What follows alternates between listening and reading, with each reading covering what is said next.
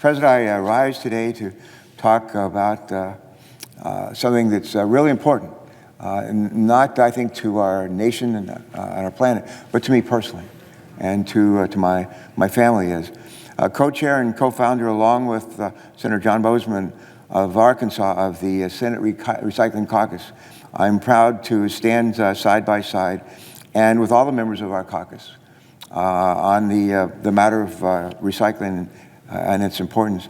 Today, Senator Boozman and I have introduced a resolution to commemorate tomorrow, November 15th, as America Recycles Day.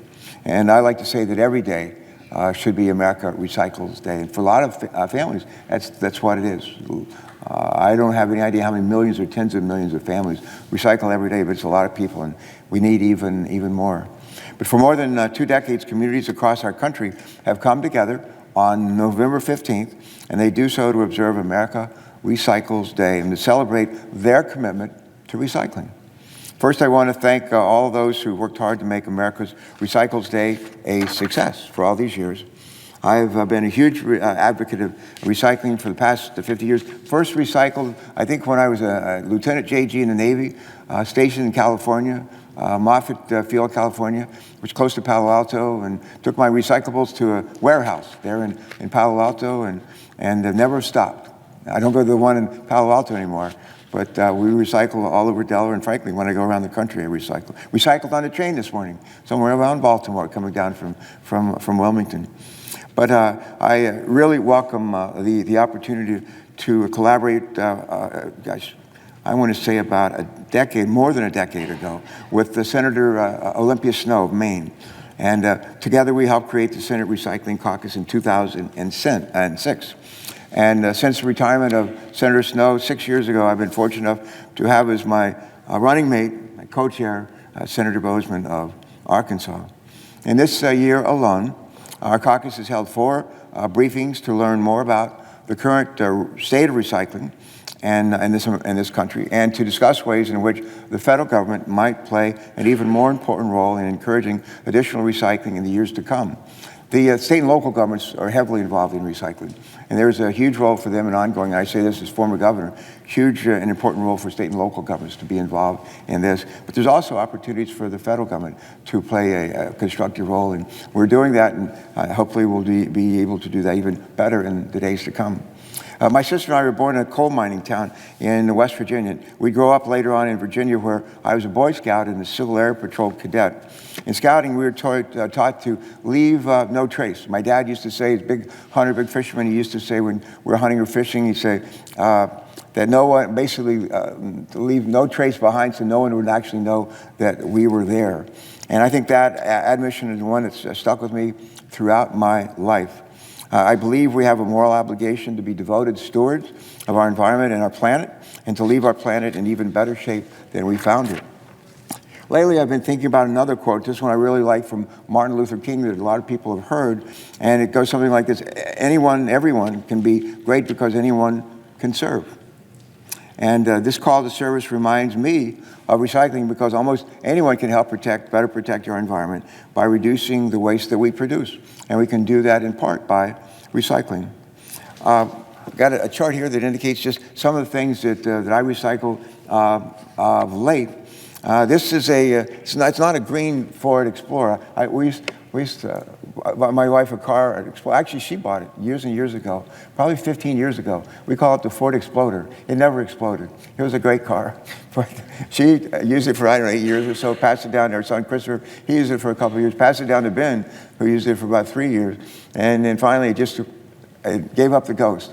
And I took it one day to a place where they recycle cars. And drove in, put it on this huge machine that actually weighed us. Like, think about, you get on scales to weigh ourselves. Well, this is like scales for vehicles, including our Ford Explorer.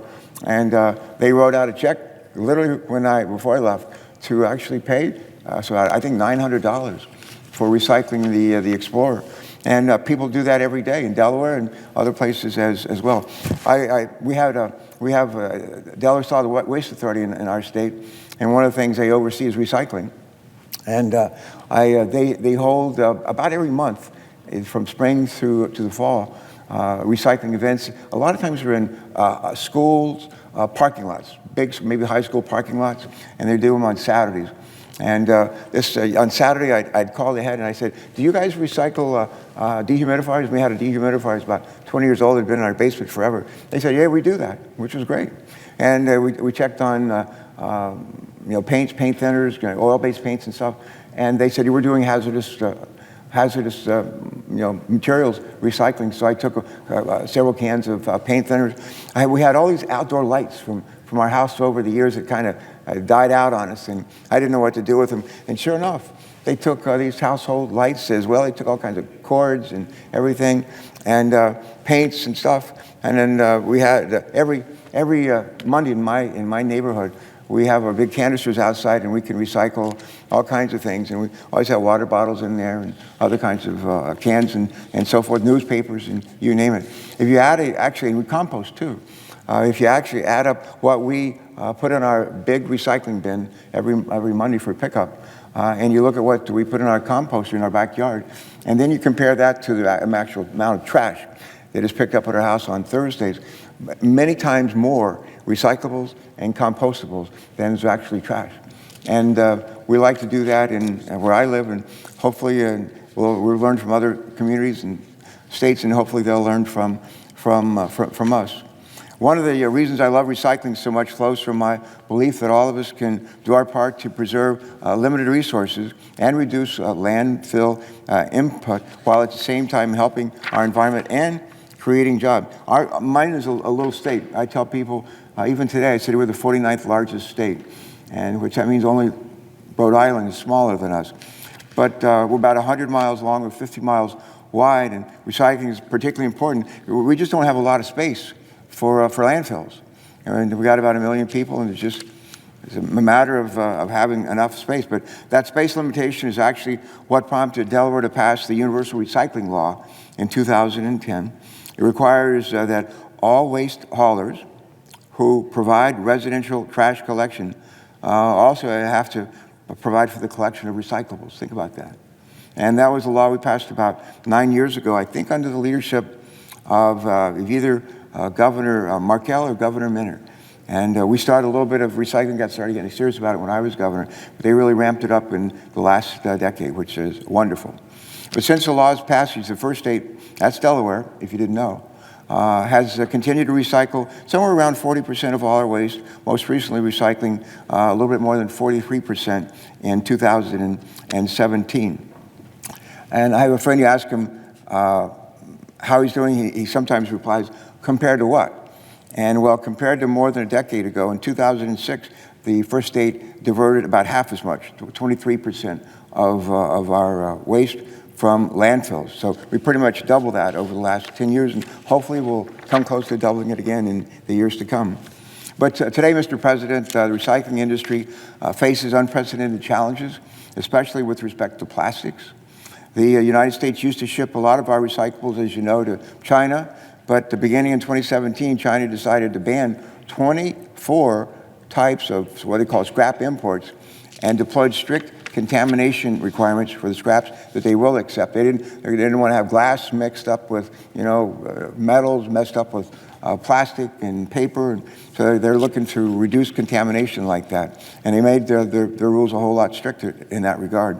Now, because of the policies that China implemented in March of this year, local governments and municipalities are facing an uphill challenge to keep their recycling programs alive.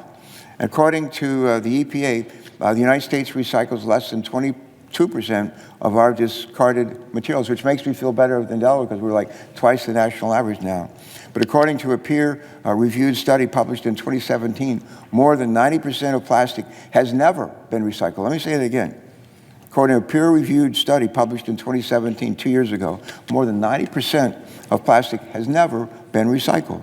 That means we've only recycled about 9% of our plastic around the world. And of the 8.3 billion metric tons of plastic produced, 6.3 billion tons, that's about 3/4 of all that's produced, becomes waste. And the rest gets recycled, but the lion's share of it does not. Most of it ends up in landfills, and too much of it, unfortunately, is ends up in our oceans and the environment. We've got a couple of our colleagues on the Environment and Public Works Committee, Mr. President, you're one of them, and we have Senator Boozman, and three of us are all members of the committee, and Dan Sullivan from Alaska, Senator Sullivan, and Senator Sheldon in the White House, Republican and a Democrat, have been working hard, along with Tom Udall, who's on the Commerce Committee from New Mexico, and to try to address some of this plastic contamination. But if we continue down this path, the World Economic Forum predicts that we're on track to have plastic pollution in our oceans outweigh the fish in our world's oceans by 2050. Just let that sink in for just a minute. By 2050, if we continue on the track that we're on, we're going to end up having more plastic pollution by weight than fish in our world's oceans. Not a good thing. Last time I checked, Delaware is blessed with more five-star beaches than any other state in America. If we don't begin to change our recycling habits, the waves that grace our pristine beaches will be better known for washing up plastic waste and giving surfers those big waves to ride. Well, almost every year I participate in something called Delaware's annual coastal cleanup, along with thousands of people. We start down at Fenwick Island, right on the southernmost part of Delaware, great beach town, and right north of Ocean City, the Maryland line, and we clean up our beaches from all the way in our waterfronts, from the Delaware, Maryland line all the way almost up to Pennsylvania in the north. And while we're still waiting for numbers for this year, last year in 2018, my fellow volunteers, thousands of us, and I collected together 2.7 tons of waste, including plastic water bottles, straws, takeout containers, you name it, tires, you name it. This was from just one weekend of work along 70 miles of coastline. And sadly, those 2.7 tons of trash collected last year in Delaware pale in comparison to what we're seeing around the world. Our 2.7 tons of trash is like the tip of the iceberg compared to all the rest that's washing up in places around the world. I think we might have one more. Here we go. Some of you also heard of the Great Pacific Garbage Patch, which now covers a surface area on the Earth 250 times larger than my little state of Delaware, and contains a whopping 80,000 tons of trash. And here it is. Can you imagine? Look at all that trash. And it's out in the Pacific Ocean, and I'd like to say it's getting smaller. I don't think it is, but it needs to, and we need to be a part of that, making some progress. But as we celebrate America's Recycles Day tomorrow, I just want to encourage, join Senator Boozman, I want to join our colleagues and their constituents to join us in looking for new ways to dramatically increase recycling in our country and around the world. We need solutions that are win-win for our economy on the one hand and for our environment on the other hand. And I believe recycling is one of those win-win solutions. And by the way, you may be surprised to learn that recycling and remanufacturing industries are beneficial for our economy, accounting for more than 750,000 jobs and approximately $6.7 billion in tax revenues. And that reminds me of one of my favorite sayings, is it's possible to do good and do well at the same time. It's possible to clean up our planet and make our planet safer and create jobs and economic opportunities. It's not a Hobson's choice. It's not one or the other. We can do both. I believe that if we work hard and we work together and work to leverage points of consensus rather than points of disagreement, we will continue to make progress. And recycling is something that I think every American can do to make a difference. I once read what we can do I read somewhere how many aluminum cans we drink or we use to consume. It could be tea, could be soda, could be milk, any variety of water. But if people just would recycle their aluminum cans, it has a terrific effect on believe it or not, carbon dioxide is put up into the air. And so that's good for climate change as well. There's a lot of good effects.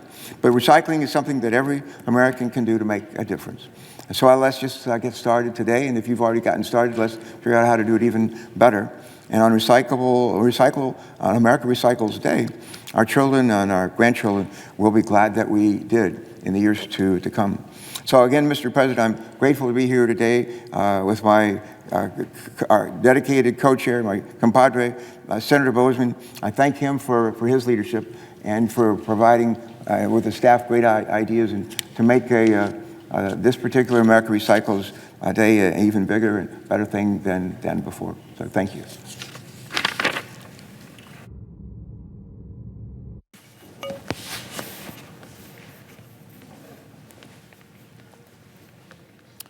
Mr. President, The senator from Arkansas. I want to thank Senator Carper and his staff, my staff, for the tremendous job that they've done in recent years in really trying to educate through the caucus the rest of the staff and members as to the importance of recycling. And as a result of their efforts, it really is making a big difference. We hear a lot about Republicans and Democrats not getting along and this and that, not getting anything done. And I think this is a great example of something that's very, very important. It's not glamorous, but it's things like this that really can make a huge difference, as Senator Carper alluded to. So we appreciate him and appreciate his friendship.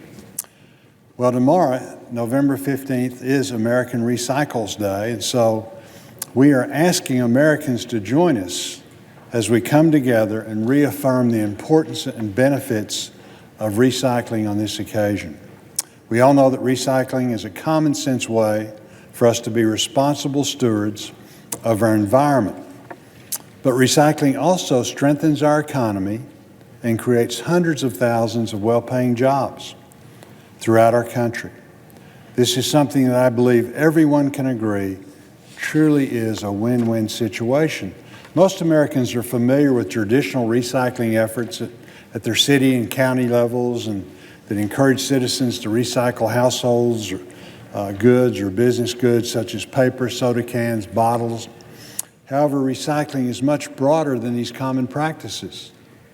Recycling is a $200 billion industry in our country, and it entails much, much more than just traditional municipal recycling programs. My state of Arkansas is home to many examples of companies that are contributing to a robust and growing commercial recycling industry.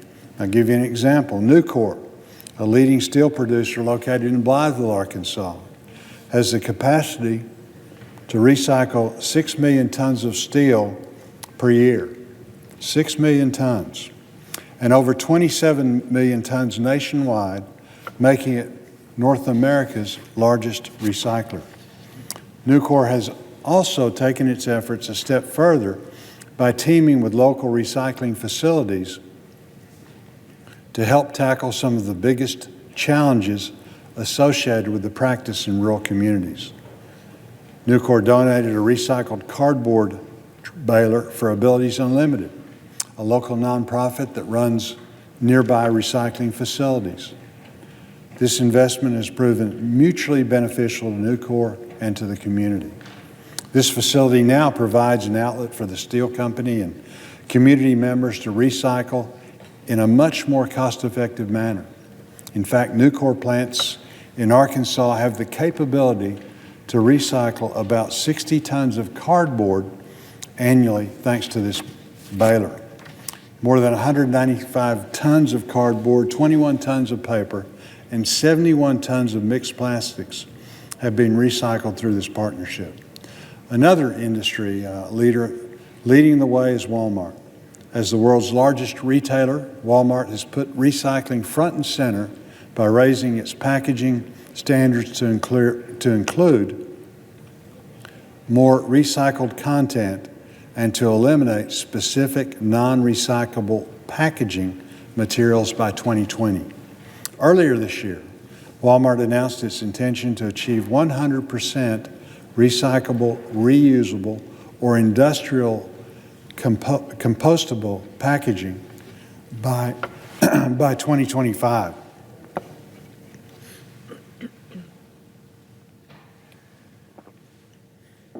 Its leadership in this arena will help create more demand for recycled content and open the door for other companies to follow suit. Lastly, I want to highlight the recycling accomplishments of Bryce Corporation, a trailblazer in flexible packaging. This is the packaging commonly used for chips, juice pouches, pet food, lawn and garden materials, cleaning supplies, and many other products. Bryce employs about 750 people at its Searcy facility and has achieved an environmental footprint that the Central Arkansas community can be very proud of. At this location alone, Bryce has maintained a 98% landfill-free status and has supported the circular economy by recycling over 15 million pounds of plastic each year.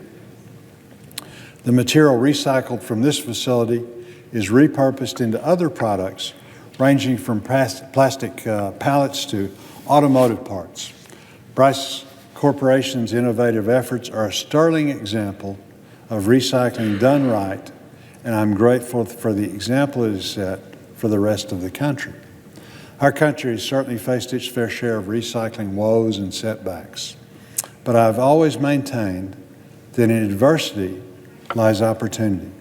I believe there is much to be learned from the meaningful work that these companies are doing in Arkansas, and to commend them on leading on the issue. The United States has the ability now to improve its waste management and recycling infrastructure and better leverage the economic and environmental benefits of recycling. I look forward to continue my work with my co-chair of the Recycling Caucus, Senator Carper, and again, thank you very much to you and your staff. My staff also that's doing such a tremendous job, and the other members of the caucus to develop meaningful, long-term solutions that address the challenges facing the industry. I encourage all Americans to use America Recycles Day as an opportunity to reflect on the critical importance of recycling and to consider what we can do to support our environment through our own individual efforts. Yeah, would Senator yield for a moment? Yes, sir, for sure. Thank you for sharing with us those terrific ideas of what businesses in Arkansas and around the country are doing to recycle. They do it for a variety of reasons. It's the right thing to do, and a lot of them are committed to being good environmental stewards. And it can also be to their economic advantage. And instead of having to pay have stuff like carted away to a landfill, the ability to recycle materials is I think, desirable. We used to have a big Chrysler plant in Delaware, in Newark, close to the University of Delaware, close to Maryland line. And it was a plant that's about 60 years old. In the middle of the Great Recession, the Chrysler went into bankruptcy, and we lost that plant, closed, 3,000 jobs gone. And we had a GM plant as well, about 15 miles from there. We're just outside of Wilmington, same thing, about 3,000 jobs gone, and which was just really tough. Having said that, to your words, in adversity lies opportunity. The folks at the University of Delaware called me after Chrysler had gone into bankruptcy, and they announced they're closing the plant, and they were looking to sell it. And the folks from the University of Delaware, then President Pat Harker, called me and said, do you think the Chrysler people might be interested in selling that plant to the university? It was just south, maybe a half mile south of the University of Delaware, and in Newark. And so I called people at Chrysler and said, you may have an interested buyer here. And they ended up coming to agreement on terms of the purchase. And that old Chrysler plant has been recycled. The plant was largely taken down, not entirely, but largely taken down. And the money that the University of Delaware earned and generated from the sale of the recyclables, construction, the stuff that the plant was made out of, more than paid for taking down and leveling the plant. And now the University of Delaware has a site that's several hundred acres, and they're redeveloping that as a science and technology and a manufacturing facility with a lot of tenants and more to come. So there really is opportunity in the adversity. The other thing I would say, we got one of these recycling, shredding machines. I had a picture up here of our old shredding machine, and we bought a new one not long ago. And so we end up with all this shredded paper. And as it turns out, the weekly recyclers, when they come through our neighborhood and collect, they're happy to take paper. They don't want to take the shredded paper. And what they said we ought to do is put it in our compost. And my wife came up with this idea of composting, guys, 10 years ago, and got somebody who's nice enough to build about 4 by 6, about 3 feet high. Ben lined it with materials, and we put grass in it, and then recyclables, and then leaves and recyclables, and we ended up with this great mulch. And so we've, I think, taken what a lot of people have seen as a waste product and ended up actually turning into something that helps make our lawn and our trees and our shrubs even healthier. So this is it's only good. It's all good. And I'm just thrilled to be on the floor with my friend to be able to thank those that are recycling and remind others, if you're not, you're missing out on the fun. And come and join us, and you'll be glad you did. I think you make a great point in the sense of we do things for the right reasons. That's so important. But also, it is important too that not only can we do it for the right reasons and benefit our environment, but it also can be cost effective to our businesses. And a good example of that, Walmart several years ago wanted to reduce their fuel cost and then also reduce the harm in the sense of the landfills and things like that. So they looked and saw that on their trucks, the limiting factor was not weight, it was bulk.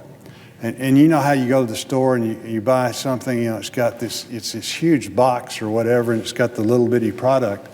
And they said, we don't need to be doing that. And so they told their vendors, that they'd like to go in that direction. To the credit, the vendors cooperated.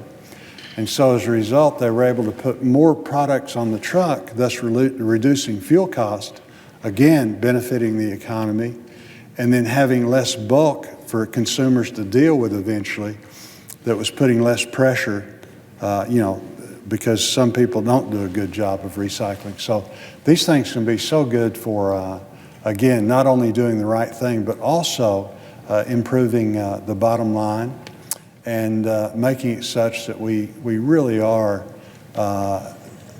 making it such that we're putting less pressure on environmental problems, which, we all agree on. And we appreciate your leadership. You've been doing this for a long time, and as governor, now senator, helping to put these things together. And so, like I say, we very much appreciate your effort. If the gentleman would yield just for a moment. I said earlier in my remarks, and you sort of paraphrase them again, it's possible to do good and do well at the same time. It really is. And I'm just happy that more and more people are doing that. While we're having this conversation, I just want to mention when we showed up at the recycling event at Glasgow High School, just south of Newark, last Saturday afternoon, and they took a bunch of our stuff to recycle, and paper and sensitive papers and bottles, cans, paint thinners, our dehumidifier, all kinds of stuff. One thing they wouldn't take was our styrofoam. And we have one place in Delaware. We're not a big state, 100 miles long and 50 miles wide. There's one place in Delaware where you can take styrofoam.